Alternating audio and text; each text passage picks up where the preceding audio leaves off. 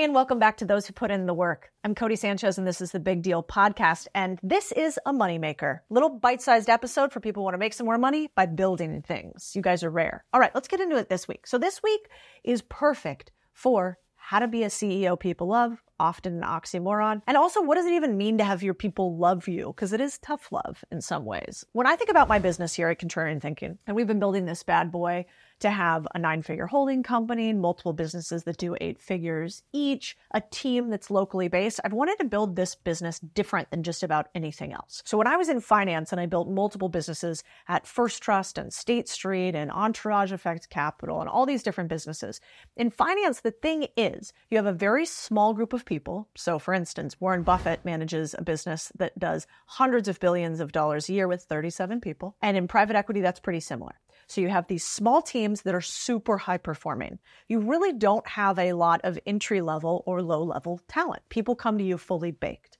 You also typically in finance have very strict incentive structures. So like if we do this deal and we make money, people make money. And so it's very direct one-to-one correlation. This is important because most businesses aren't run this cleanly. And so as I've built a media business, I've realized, oh wow, the way that I build this business has to be totally different. So obviously I love creating content. We post like 50 pieces of it across all my platforms. And if you've ever created content, you know the uphill battle it can be to ideate, write, produce, film, video, and then you have to edit it all. So one of my favorite tools to use for this is Riverside. You've probably heard about it before, but I don't think people realize that it's revolutionized the podcast space by allowing creators all over the world to do the recording in 4K, regardless of internet speed. But they've just released an update that I think any creator is going to love. So along with the high quality video and audio that they've kind of become known for, you can have editing software so you can edit any video content directly in Riverside. If your team's a little bit more bougie like mine and wants to record the video themselves, and then you can upload it to Riverside so you can use their amazing AI tools afterwards. It can transcribe your video, add customizable caption, analyze that transcript to cut out any dead space in the video. And my favorite part, they have this AI editor feature that will pull short form from clips from my content so we can squeeze all the juice of it out from the many hours it takes to create it. If you think time is money like I do, then Riverside has given me and my team back lots of time, aka money. So I love these guys. And because I love you, I got you guys a deal. So try Riverside for yourself with the link in this episode's description. You can sign up for free using the link and discount code Codie at checkout for a discount on any paid plan. I cannot be the type of CEO I was before when I ran a finance company. And I was like, hey, you either hit these numbers by the end of the week, you either hit these numbers by the end of the quarter and you make millions, or you're fired, which is really how finance works. It's like you either are a top performer and you make millions of dollars, or you're fired, or we burn you out like crazy. So when I worked at Goldman back in the day, we worked 70, 80-hour weeks. There was no time off. We were in the office nonstop. I was in a cubicle all day. I had to wear a suit the entire time. I was always in before the boss. I never left before the boss left. That was just like what was expected. And now the culture has actually shifted, and I do not think you can run teams like that anymore, which is probably why the biggest consulting and financial companies have the highest turnover. Goldman Sachs used to cut 20% of its staff every single year, no matter what. Dead. And the big top performers, on average, an analyst stays at Goldman about 2 years, which is about how long I lasted. Anything past that, it does show that somebody has a high level of grit and dedication because it's super tough, but it's also not that much fun. And, I was talking with one of my other girlfriends she stayed at Goldman for a long time. She became super senior at the company. And she said it was really interesting because she watched one of her fellow MDs when her mother got sick. She had to take a lot of time off. She was in investment banking. And when she had to take a lot of time off, her colleagues started slowly stealing her investment banking clients. So she had this woman that had been at Goldman for 10, 11, 12 years and had committed her life to Goldman. Like no kids, no marriage. She was married to this place. She made a lot of money for it. But the second that she couldn't pour everything back into that business, her friends, her colleagues started stealing her clients. And I think that is a perfect example of why those cultures don't last long term. Because who wants to work at a place where the second that life happens to you, and it'll happen to all of us, they're going to not maybe fire you immediately, but they're going to steal from you, not help you cover, And then eventually, if you don't hit your goals, you will be fired almost immediately. There's really no second chances. And I think that is why most CEOs aren't loved, because sometimes business does necessitate a wartime CEO, which was famously popularized by the CEO of Dell, that you can have a peacetime CEO, nice, buddy, no big deal, foosball tables. That was everybody in tech up until the last 2.5 years. And then over the last 2.5 years, we've realized, oh my God, we have to hit our numbers and become profitable. And so people turn and become wartime CEOs. I think you have to have a mixture of both. Today, I want to dive into some ways that you can lead with a little bit more love. And maybe a word that I don't think is used enough in leadership, which is humor. So I think humor is one of the most underrated business tools that we have in relationships, in life, in everybody. I do believe the truth that you shouldn't call people in your business your family, because at the end of the day, you're probably not going to fire mom and dad unless they're really fucking awful, but you might have to let somebody go from one of your businesses. Now, I do think you can say that they are your friends, and I do think you could say that they are your team. Because a high-performing team is really what? It's a group of individuals coming together with a shared goal and mission for a period of time in their life that may become incredible friends together, but may not travel through time together on the exact same team. But even after a member has left the team, they could still be buddies over the long term. And that is what I aim for at my companies, a high-performing team with a bunch of people that are friends. Because I do think you can be friends with your employees, just not the negative way that people think about it. If I couldn't joke and be friendly with my employees, it would be miserable to come to work every day. We spend way more time here than just about anything else. And so why wouldn't we choose to do business with friends? It's way more fun. What's interesting is if you break this down sort of mathematically, 25-year-olds spend on average about 275 minutes per day alone. But the next biggest segment, they spend about 200 minutes or 2.5 hours a day with their colleagues outside of work. So the average person spends about 90,000 hours, they say, of their lifetime at work. So if you do not get to work with your friends, then what are you doing for the entire day? If you've ever worked alongside somebody that you don't like, you know how perfectly miserable that can be. And I've been there. And what you have to realize as a leader is that your team feels that on steroids, because if they have to work with somebody that they don't like, unlike you as the boss, you can control the narrative, right? You can walk away. You can tell that person you don't want to speak right now. You cannot have a meeting. But if they are a fellow employee for your employers, for your employees, that's a lot harder for them to create their own boundaries. And so every time you have somebody that your teammates do not like, it's one thing. They don't have to be best buds. But if there is something toxic happening in the culture, you've got to move them on. Because I truly think that half the world's problems for young men and women today could be solved with long nights, building something that they care about together, becoming better humans. And so that includes friends. So how do you bring humor into your business and into your employer? Well, I think first, it starts with you. Nothing better than making a little fun of yourself if you want to start showing other people that it's okay to loosen up slightly. Especially as the CEO, sometimes you could be sort of intimidating. I've gotten told that I am sometimes. I remember I really knew that one of the CEOs I hired, shout out Bobby, I was going to love after members of his team started giving him a hard time. You see, Bobby drinks like an insane amount of Monsters. Like, he's a very large human, but he drinks way too many Monsters. I like that because I think anybody who's like psychopathic enough to midday Monster drink, early morning Monster drink, is probably going to be an animal and absolutely crush it at work. And that is exactly what he does. But more than that, I loved it because I saw his team when he came over and started running a business for me. His team would comment on the things that he talked about with monster emojis. And I thought that was really funny. It kind of showed that his team knows who he is and makes little jokes about it. Now, he's hard driving, but they've all sort of bonded over the hard together. A lot of people ask me, how could you get better friends? How could you get people to go through time together with you? You and Chris seem like you have a great network. The best place to start that is where you work. Because when you go through hard things together with your friends, the bond solidifies. And so that's why I like building hard things in business, because I get to see who shows up. Who's the type of person I want to spend life with? And Bobby was exactly that. One of the examples that I did in the beginning, which the team will laugh at about this, is when I first started on the internet, I said I would never dance on the internet. And I still stand by that statement, except One time I did on TikTok. I did a horribly embarrassing dance that I will not repeat now. And that dance I circulated as like, oh my God, you guys look at this. This is so embarrassing that I did it. That dance has followed me for like the better part of a year and a half across multiple team members. It's been gifted down by people who have changed job positions. And anytime, I'm saying something silly or they want to make a funny PowerPoint, they throw that up in there. So how can you make fun of yourself so that your team feels comfortable and feels like you guys are vibing? I think that easy way to do it is you kind of turning yourself into a meme. So at our company, we got a big meme culture here. And, started a couple different ways, but I have a friend, Nick, who he only sends messages to me that are memes. Do you guys have any friends like that? Like, it's like you don't actually talk. It's just memes back and forth. And what I thought about when I was watching that is, man, every time Nick texts me, what's my natural reaction? Well, my physical reaction is to laugh.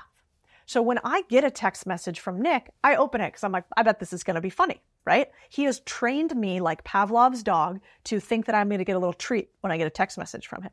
Now, sorry, Mom, but like how when you haven't talked to your mom for a while, she'll be like, well, I miss you too, honey. Well, I haven't seen you in a while. And she'll like text you stuff like that. And so I know when I get a text from my mom, I'm like, oh man, what did I do? Is she going to tell me it's bad that I haven't called her in a while?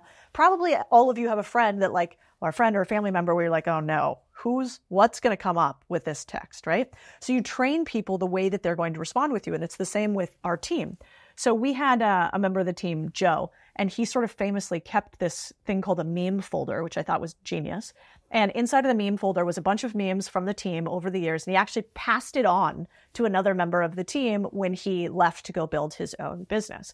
And I thought this was so funny because one, you're leaving a little bit of a legacy. And two, you can be sort of the vibe giver inside of a company. And so I think that is a really cool idea to do continuously. One way that I install memes sort of nonstop and what I do is I think about selling inside of my company just as much as I think about selling outside of my company. So I 1,000% do more presentations internally than I do externally. Then those presentations often will have a little meme in them. One of our more famous memes at the company that we use a lot now is called Hold My Beer. And so at the company, when we try to hit a goal, oftentimes people will be like, all right, it's a hold my beer moment. This allows you to have group interaction and verbiage and language, which is one of the most important parts to cult building, also culture building, which is really not that different at a company. We just took our portfolio company insights and put it into a step-by-step scaling course for you and anybody wanting to scale a small business. It's linked in the show notes if you're looking to grow your business to make a little bit more money with less pain and more profit. This thing is for you. The next thing that I think is really important to talk about is your people are watching every move that you make. They're listening to what you're saying, but they're really watching the moves that you make. And so I do something that I call leave with a shine. Your people actually are watching the way that you let people leave a company more than anything else. They are watching the way that you let high performers go and the way that you let low performers go. And when you let a high performer go and you talk shit about them, they will never forget that because they know that if they're a high performer, that is how you are going to treat them when they leave. And so it's really important to watch the way that you let people leave your company, even if they're the ones leaving or if you let them go. Now, I'm not a believer in bullshitting people. So if somebody leaves my company and is let go or leaves what wasn't a right fit, I'm not going to lie to them and be like, they were an incredible performer. Thank you so much for everything that you did to this company while you're here. If they didn't do that much, I'm going to say, I'm excited for your next opportunity and I wish you the best moving forward. I'm going to be honest. And I'm not going to sugarcoat it for people that weren't a good fit for our company. I'm not going to make them look bad, but I might say at our company, it is required for you to do the things that you say that you do. And we can't have people at our company that don't do the things that they say that they're going to do. And so we've decided to part ways and wish them all the best, but this was not the fit for them. And so I think your employees want to know you're going to be honest. You're also not going to talk shit. And so, for instance, we had a member of our team that I had mentioned before, Joe. He was based in Minneapolis, and the team are all in Austin, and we just really needed somebody here locally to manage the content. And it was becoming too hard with Joe being remote. Too many things were getting missed. And he actually proactively brought it up to me and was like, I don't know if this is working that great that I'm not here. Now, I, of course, tried to talk him into moving, and love you, Joe. I think that this would have been an incredible opportunity for him to build here in Austin. But with all due respect, he had a new fiance. They're very tied to Minneapolis and he wanted to stay there. And so that was incredible. I wished him well. I told him that, hey, when you need your first investor for your new company, when you need help and you get stuck, call me. We text each other still to this day. And when he left, I told everybody the story. I said, you know what? Good for him. He could have drugged this out more. And he was right, because when he left the company, we 2 to 3x'd our short form growth because we were just able to move faster locally. And thankfully, that's not really saying anything bad about Joe. It's just saying he had the foresight to say that. And I thought that was really incredible. And your people are watching you when your best people leave. So be careful how you treat them. The other thing I'd say is, as an employee too, always really good to keep your options on the table as opposed to burn the bridge. Joe let me have 30-day notice, which I thought was pretty incredible. Joe helped me try to find the next new person. And as often as you can do that and not taper off poorly at your prior company, those people will end up helping you for life. And, there's many instances where I ended up investing in somebody's company because they were awesome with the way they left. One more thing.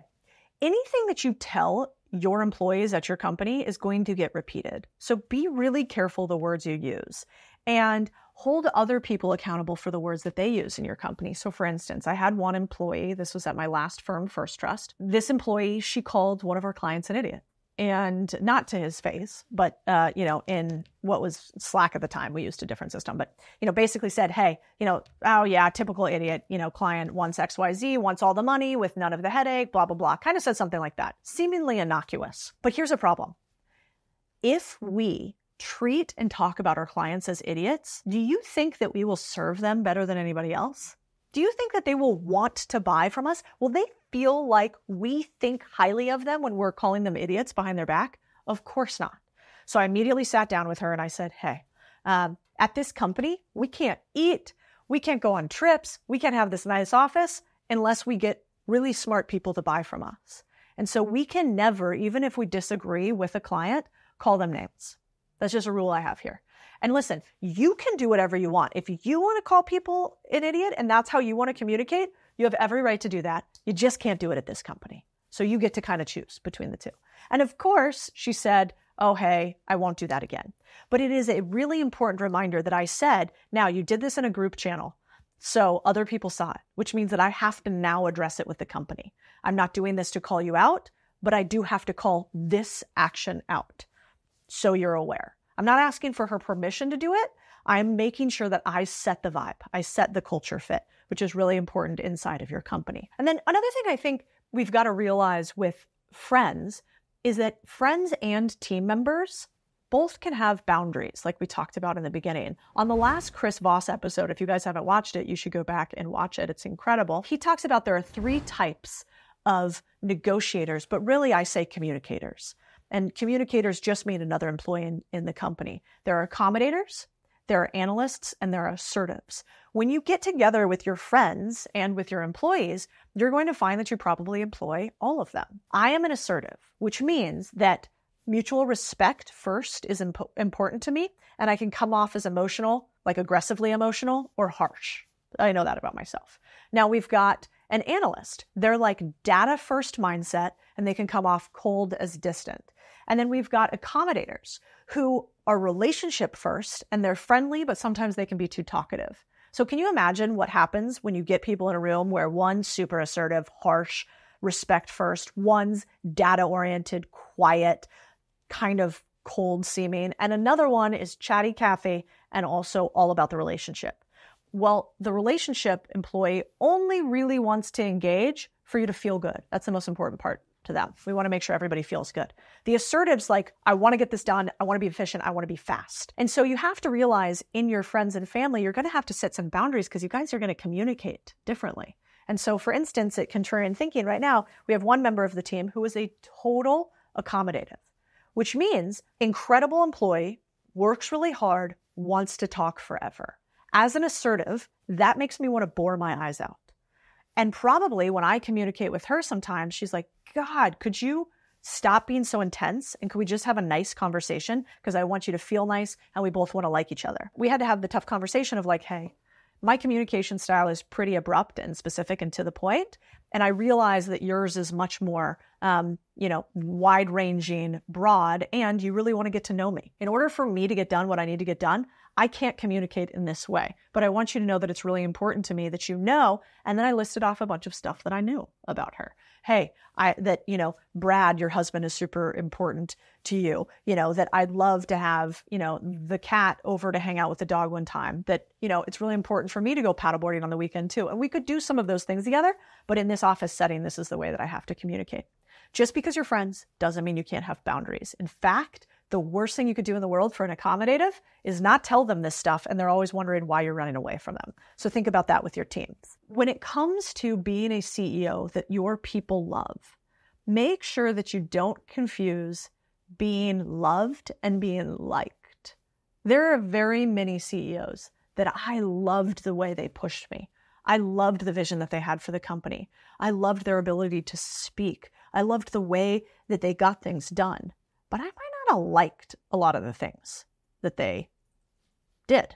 I might not have liked them as a human. We might not have been best buddies. The hard part about being a CEO is you got to give people the tough truth, or what I call sort of the tough love. And the tough love in some instances is in things like, I had an employee, she was at my financial company, and she could have been amazing. Like, she just had that fire in her, you can tell. She always did what she said she was going to do. She was going to be one of my MDs, my managing directors in Latin America. I wanted to promote her badly from an inside sales rep where you're in the office making phone calls all day to somebody out in the field that goes and meets with financial investors. And that's a big change. We're talking a difference from making, $150,000 a year to you could have made $1 million a year in the outside sales rep role.